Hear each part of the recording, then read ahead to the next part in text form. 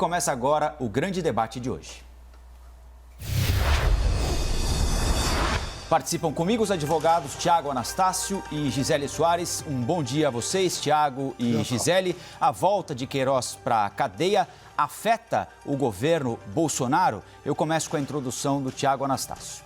Bom dia, Rafael. Bom dia, Gisele. Bom dia. Afetar pode afetar, até mesmo porque todas as decorrências e tudo aquilo que pode acontecer nesse caso talvez cheguem, até mesmo graças ao Instituto de uma delação premiada, ou até mesmo com indicações de prova, que se chegue às razões pelas quais tanto dinheiro foi desviado do gabinete de Flávio Bolsonaro e porque também alguns dinheiros apareceram na conta da primeira-dama do Brasil, a senhora Michele Bolsonaro. Muitas coisas podem acontecer, porque Fabrício Queiroz era um assessor de Jair Bolsonaro, que depois foi herdado, não sei bem se isso é uma coisa que se herda, mas foi herdado por Flávio Bolsonaro. E também existem indicações que a filha de Fabrício Queiroz estaria fazendo repasses para o pai de dinheiros que não se sabe a origem. É muito interessante esse aspecto, por quê? Porque também vai encontrar com a questão do vazamento de informações de operações da Polícia Federal para Flávio Bolsonaro. Porque já se sabe, segundo o Ministério Público do Rio de Janeiro e a imprensa, que quando a filha de Queiroz soube, naquela data, a data do vazamento de uma possível operação, tais repasses pararam. Então, pode afetar? Pode afetar, sim. A questão é qual é a extensão disso e quais serão as consequências da decisão por vir. Não só apenas da decisão de ontem do ministro Félix Fischer, do Superior Tribunal de Justiça, que faz com que Fabrício Queiroz e esposa retornem à prisão, mas principalmente a decisão do ministro Gilmar Mendes. Qual será a decisão? Ele soltará ou não soltará Fabrício Queiroz? Permanecerá a esposa de Queiroz presa, como é a ordem do Superior Tribunal de Justiça, ou soltará? E também as consequências políticas e populares da decisão do ministro Gilmar Mendes, que tem sido atacado pelas hordas mais raivosas do bolsonarismo, mas é um dos principais interlocutores do governo Jair Bolsonaro nesse momento. E o ministro Gilmar Mendes tem um histórico de garantismo processual penal, que é o correto. Não existe outra linha de pensamento no Brasil, porque a Constituição não admite. Essa é a razão muito simples. Então, muita coisa está por vir. Creio eu, e aí eu já coloco uma provocação para a Gisele, que o ministro Gilmar Mendes, em razão da Covid e de Fabrício Queiroz ter uma condição de saúde imunodepressiva por fazer um tratamento contra um câncer, creio eu que pela jurisprudência do ministro Gilmar Mendes, ele soltará Fabrício Queiroz. A indagação é, outras pessoas nessas condições serão soltas? Segunda questão, a mulher de Fabrício Queiroz permanecerá presa?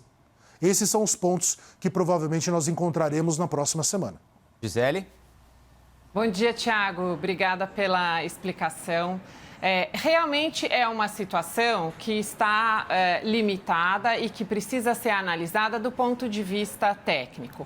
Com relação à questão política, há sempre essa intenção de contaminação do governo federal, de contaminação do presidente Jair Bolsonaro, pelo fato de Queiroz ter sido assessor de Flávio Bolsonaro no período apurado de 2016 e 2017, por Queiroz estar envolvido nessa grande investigação com um valor até de R$ 1.200.000, pouco mais de R$ 1.200.000, quando há mais de 50 outros investigados, já houve até oferecimento de denúncia por conta de desvios que começam na ordem de R$ 50 milhões nesse esquema chamado de rachadinha, que é alvo de investigações lá pelo Ministério Público do Rio de Janeiro. Então, essa ligação sempre é feita, as prisões do Queiroz sempre trazem muito interesse da opinião pública, justamente porque Queiroz foi assessor do então deputado, hoje senador Flávio Bolsonaro, que é filho do presidente da República. Mas é muito difícil de fazer essa ligação, muito difícil e sempre essa insistência de alguma maneira, comprometer o presidente. Ele, inclusive, que já veio a público e explicou esse cheque de R$24 mil depositado na conta da primeira-dama e esclareceu que houve um empréstimo. Fluxos financeiros entre pais e filhos ou fluxos financeiros entre pessoas que trabalham juntas, desde que haja uma justificativa e desde que haja uma explicação, não são necessariamente ilícitos. É preciso que se faça uma investigação apurada para que se identifique se houve ilicitude, se houve crime realmente de lavagem de dinheiro, de peculato, de organização criminosa, que são os crimes que estão lá sendo investigados. Havendo a confirmação destes crimes, então aí sim haverá o processamento e o julgamento com punição daqueles envolvidos. Mas nesse momento, o presidente Jair Bolsonaro, ele tem outras e grandes preocupações, ele precisa seguir liderando o país, estamos ainda em pandemia. Estamos enfrentando uma crise econômica bastante extensa, bastante preocupante. Temos aqueles invisíveis que agora são visíveis.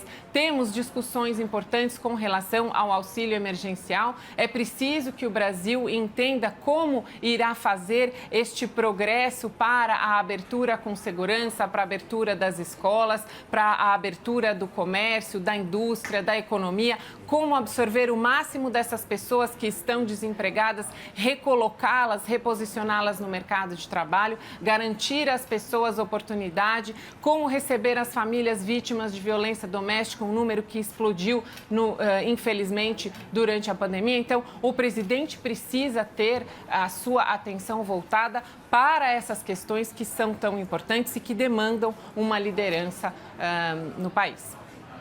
Gisele,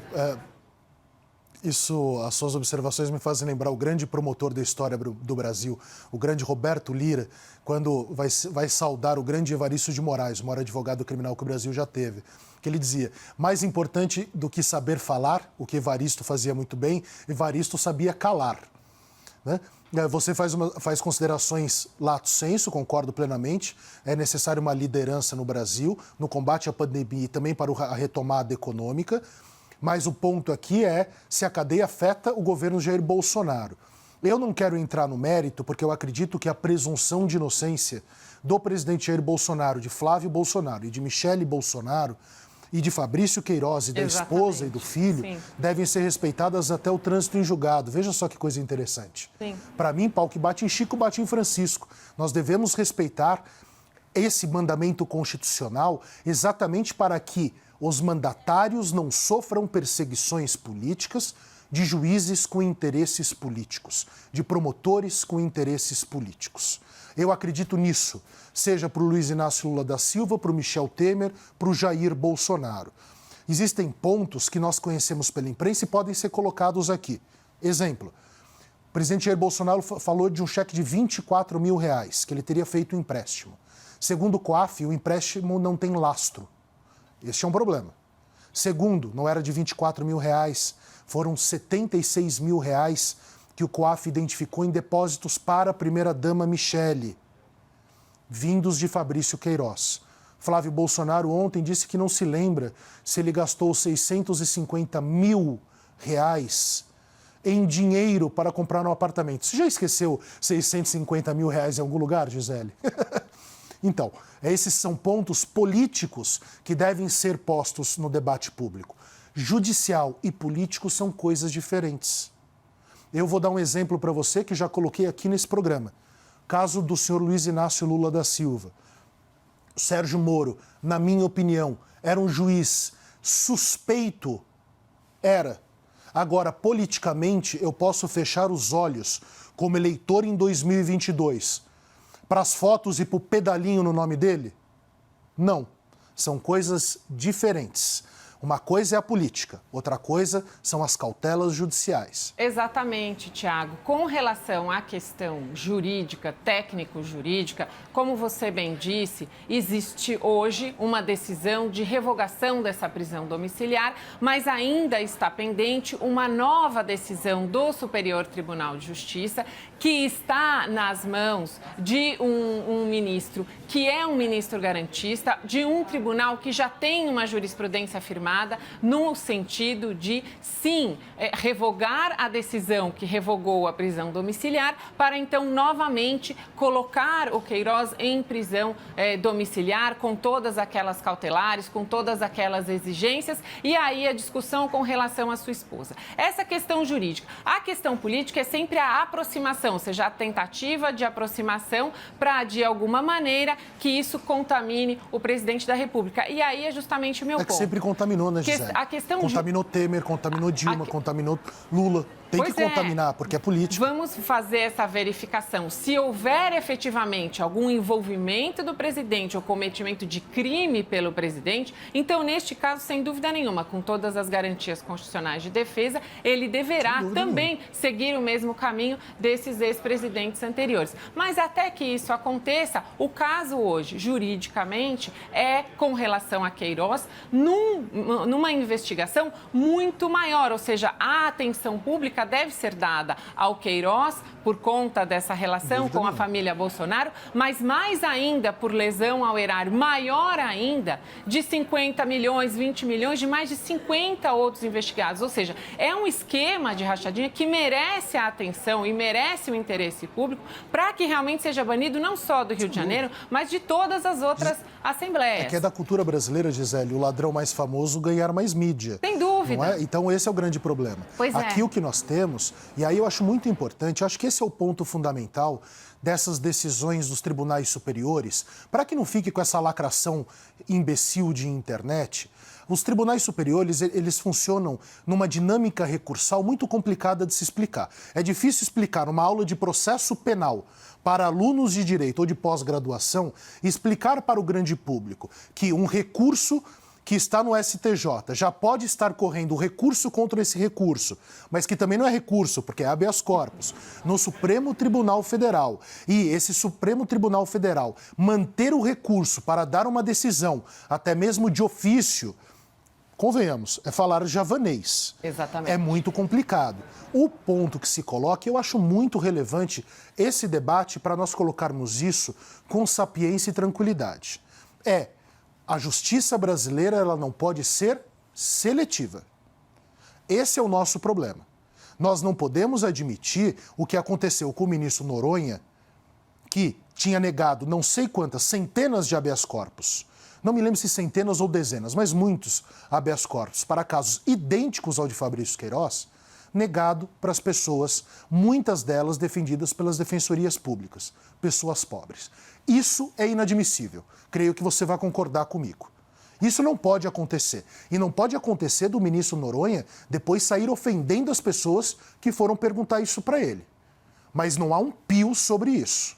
Eu concordo em parte, Tiago. Veja, sem dúvida nenhuma, pessoas iguais, em condições iguais, devem receber tratamento igual, sim. É que, Gisele, em casos de saúde, o critério é objetivo. A questão é que precisa ser analisado caso a caso. Há pessoas como o Queiroz que apresentam comorbidade, que têm uma doença grave no momento de pandemia. Você mesmo suscitou a dúvida com relação à esposa de Queiroz. O fundamento do ministro Noronha para conceder a prisão domiciliar a ambos foi justamente de que ele precisa dela para cuidar da saúde dele. Mas ele tem uma filha que está solta e não tem ordem de prisão. Pois é, veja como são situações distintas que merecem uma análise criteriosa de cada um dos casos. Mas, se ela tem mais de 60 anos e também apresenta comorbidade, ela também estaria nesse grupo de risco. Não tenho a menor dúvida disso. É justamente essa a dificuldade, esse o desafio, quando um julgador é chamado a fazer uma análise de casos que parecem ser iguais, mas, ao analisar o detalhamento, podem ser diferentes e aí receberão julgamentos distintos. Quando soltou o secretário de Transportes Metropolitanos, Alexandre Baldi, secretário paulista, acusado de desviar, ou suspeito de desviar dinheiro da saúde quando era deputado, o ministro Gilmar Mendes disse que não se pode prender para investigar. Uma prática muito comum aqui no Brasil. Então, vocês acreditam que a passagem do Queiroz, a eventual passagem do Queiroz pela cadeia, será, se ela acontecer, será por um prazo muito curto? Rafael, o ponto é, nós temos uma ordem constitucional. A ordem constitucional, ela deveria servir para o quê? Para evitar o erro judiciário e evitar que a política se intrometesse dentro dos tribunais. Como que se faz isso? A partir de critérios. Nós temos 3 motivos para prender alguém preventivamente no Brasil. Qual é a acusação não nos importa. Por quê? Não importa a acusação inicial. Nós temos que ter cuidado para não deixar alguém 2, 3 anos, alguém preso preventivamente, para depois absolvê-lo. Ou pior, que é o que mais acontece no Brasil. Sabem o que mais acontece? O juiz que até fica com dúvida ao final do processo, mas ele deixou a pessoa presa por 2 anos, por 1 ano e meio, por 1 ano. Ele vai absolver? Ele não vai. Ele não vai assumir de público o erro que cometeu. Ele não vai assumir de público a dúvida que foi criada. Esse é o verdadeiro problema. Nós temos que discutir o Brasil, temos que discutir inclusive o Poder Judiciário.